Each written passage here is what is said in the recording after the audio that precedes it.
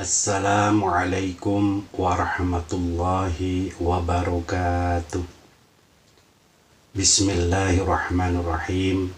Alhamdulillah. Wassalatu wassalamu ala rasulillah wa ala alihi wa sahbihi wa mawala. Amma ba'd. Sahabat Sinar Mentari yang dirahmati Allah subhanahu wa ta'ala, semoga kalian semua senantiasa mendapat lindungan Allah subhanahu wa ta'ala, selalu mendapat limpahan rahmat, hidayah, dan inayahnya, serta dimudahkan segala urusannya, diluaskan rizkinya, dan dijauhkan dari mara bahaya. Amin, amin, amin ya rabbal alamin. Sahabat Sinar Mentari yang dirahmati Allah subhanahu wa ta'ala, kehendak Allah sang pencipta adalah manifestasi keberadaan Allah itu sendiri. Kehendak Allah merupakan ketetapan Allah terhadap segala hal yang berada di alam semesta, termasuk pula kehidupan manusia. Sahabat Sinar Mentari yang dirahmati Allah, contoh kehendak Allah dengan menciptakan gravitasi. Air mengalir dari atas ke bawah, angin berhembus, api menyala, juga termasuk segala hukum yang mengatur interaksi segala hal di alam semesta ini. Kehendak Allah juga termanifestasi dalam dunia gaib.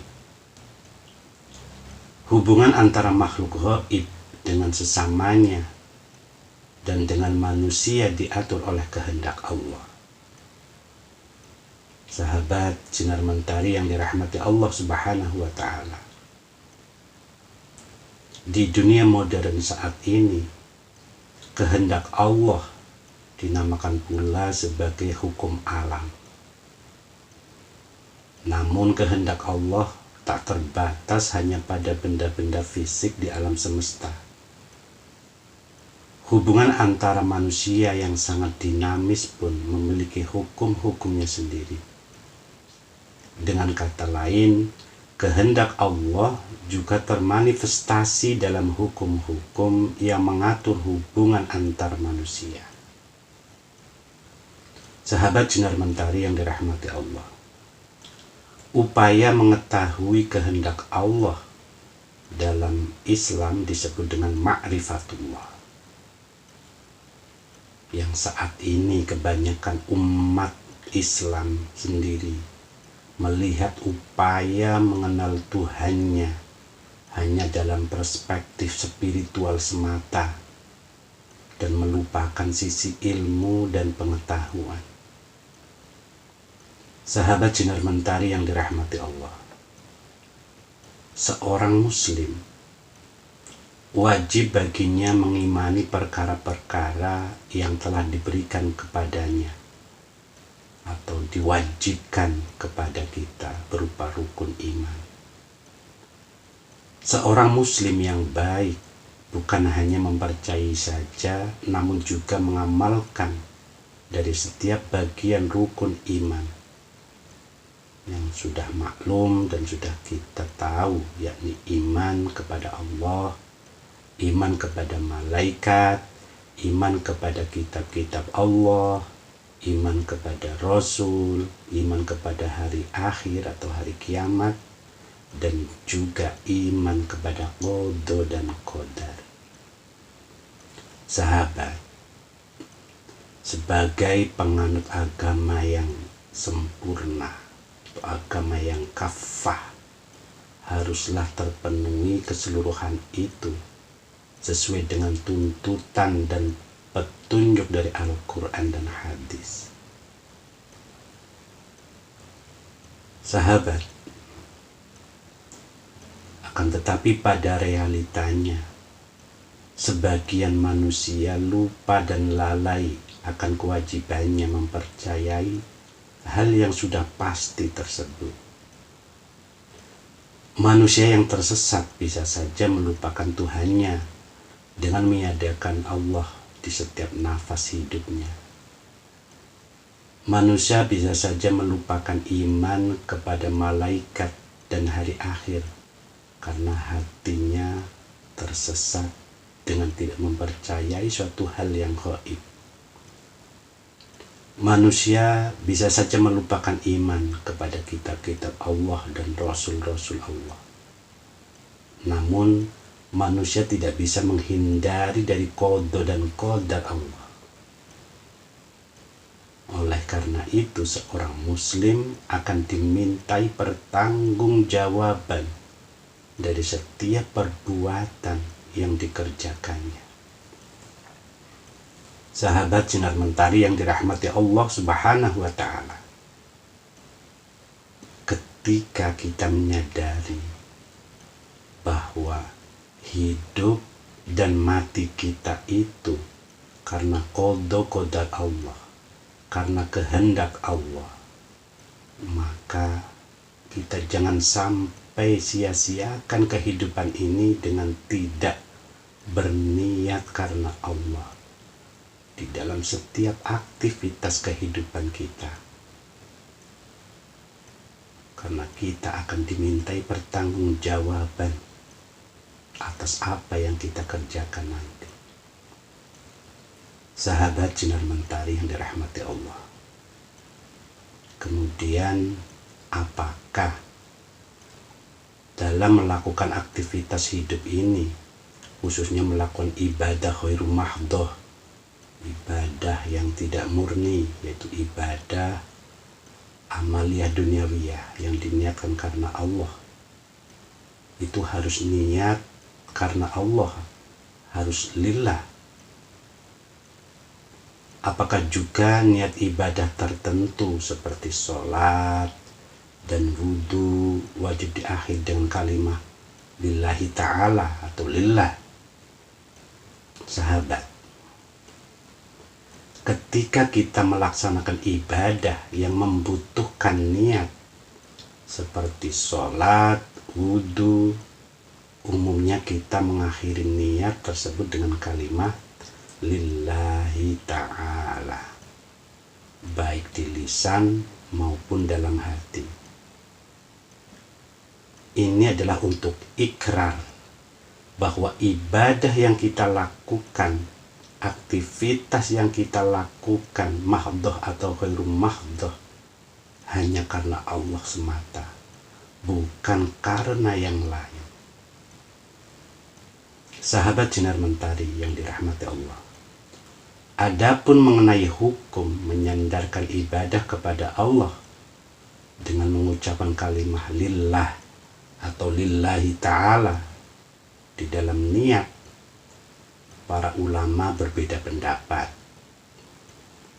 Menurut kebanyakan ulama, menyandarkan ibadah kepada Allah dengan mengucapkan kalimat lillahi ta'ala dalam niat hukumnya adalah sunnah, bukan wajib. Oleh karena itu, jika kita tidak mengucapkan lillahi ta'ala di akhir niat, maka niat kita tetap dinilai sah.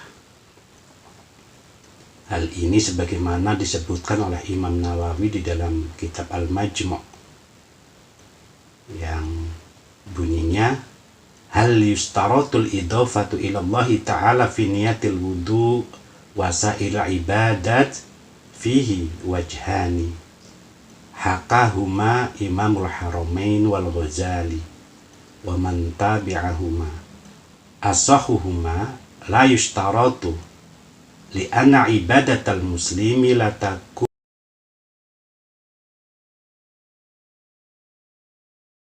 illa lillahi ta'ala. Apakah disyaratkan menyandarkan kepada Allah dalam niat wudhu dan niat ibadah-ibadah yang lain? Dalam masalah ini ada dua pendapat, sebagaimana dikatakan oleh Imam Haramain dan Imam Al-Ghazali serta pengikut-pengikutnya. Yang paling sahih dari kedua pendapat tersebut adalah tidak disyaratkan menyandarkan kepada Allah, karena ibadah seorang muslim tidak lain dilakukan hanya karena Allah. Sahabat Sinar Mentari yang dirahmati Allah, sementara sebagian ulama mengatakan bahwa menyandarkan ibadah kepada Allah dengan mengucapkan lillahi ta'ala dalam niat adalah wajib. Hal ini bertujuan agar ada pengikraran bahwa ibadah yang dilakukan benar-benar ikhlas karena Allah, bukan karena tujuan yang lain. Hal ini sebagaimana disebutkan dalam kitab I'anatul Talibin,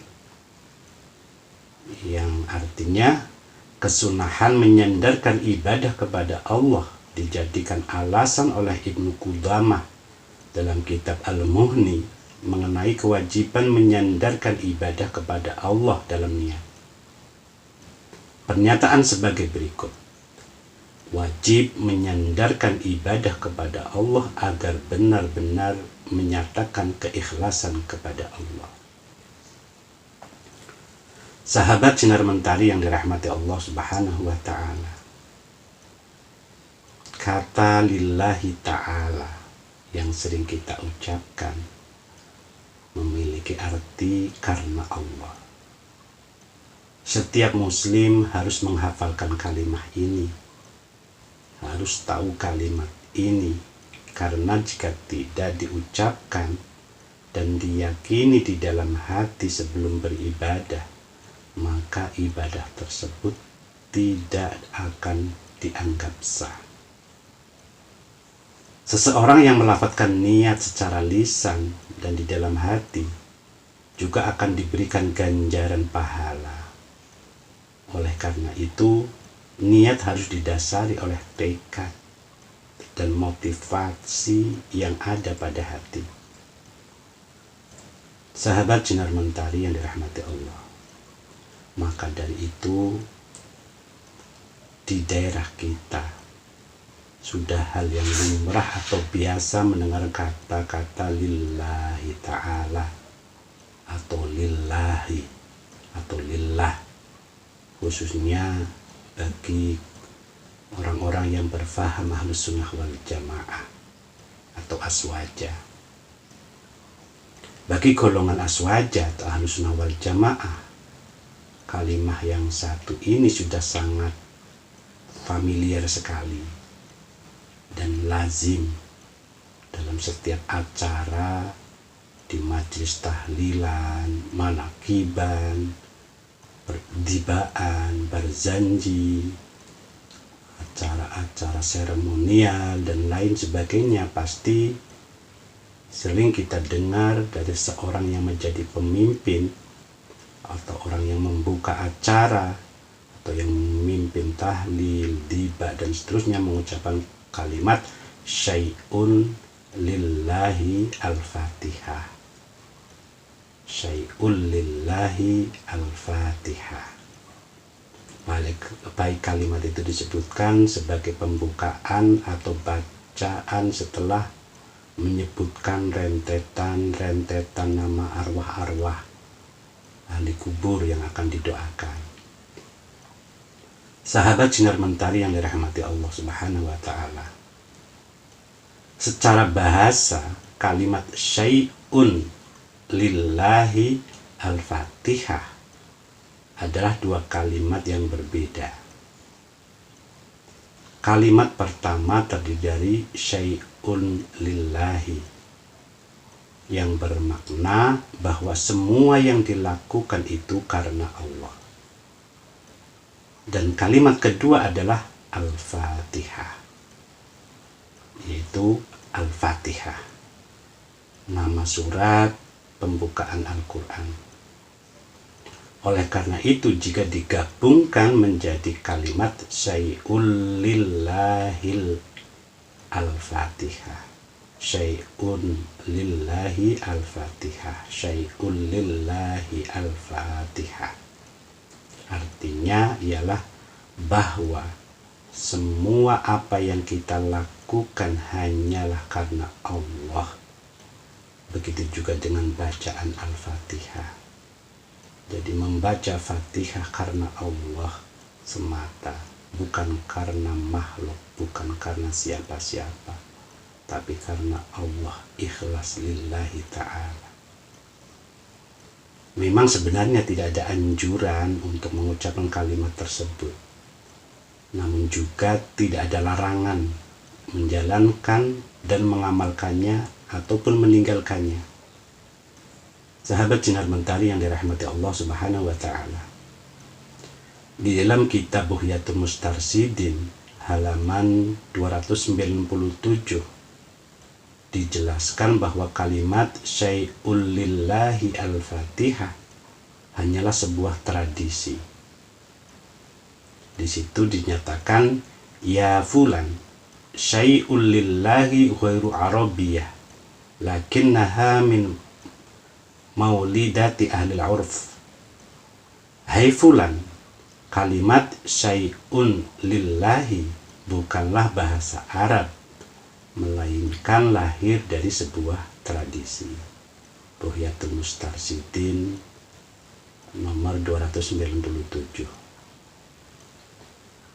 Sahabat Sinar Mentari yang dirahmati Allah Subhanahu wa Ta'ala, sebuah tradisi itu bisa dijadikan dasar hukum dengan catatan tidak bertentangan dengan syariat Islam yang berpedoman berlandaskan Al-Quran dan hadis. Demikian dalam kaidah fikih disebutkan al-adatul muhakkamah. Kebiasaan atau tradisi itu bisa dijadikan landasan hukum. Sahabat Sinar Mentari yang dirahmati Allah Subhanahu wa Ta'ala, berawal dari sinilah maka para ulama memakai dan mengajarkan kepada kita semua di dalam setiap majlis, dalam suatu acara, mengucapkan kalimat syai'ul lillahil fatihah atau syai'un lillahi lahul fatihah atau syai'ul lillahi lahumul fatihah, yang makna kalimat tersebut mengandung arti dan makna yang bertujuan bahwa apa yang kita lakukan itu semata-mata karena Allah Subhanahu wa Ta'ala. Sahabat Sinar Mentari yang dirahmati Allah, hakikat kita ketika berdoa dan memohon di dalam suasana dan situasi apapun hanya semata-mata karena Allah, dengan meniadakan selain Allah. Dan itu kita ucapkan juga ketika ikrarkan dalam bentuk bahasa lisan sebagai ungkapan apa yang ada dalam hati, supaya tidak tergelincir dalam kesyirikan. Jadi semuanya jelas tidak melanggar syariat agama. Hal itu juga diamalkan oleh para ulama-ulama yang masyhur, yang kedalaman ilmunya serta pemahamannya sangatlah tinggi. Juga diamalkan oleh para wali-wali Allah dan orang-orang saleh. Sahabat Sinar Mentari yang dirahmati Allah Subhanahu wa Ta'ala, di dalam kitab Qurratul Ain bi Fatawi Syekh Ismail Az-Zain dikatakan, dan makna syai'un lillahi adalah tujuan dan kehendak kami sesuatu dari Allah. Artinya, ia memohon pada zat Allah dengan mengharap ridho dan bantuan hanya dari Allah, tidak pada dari selain Allah.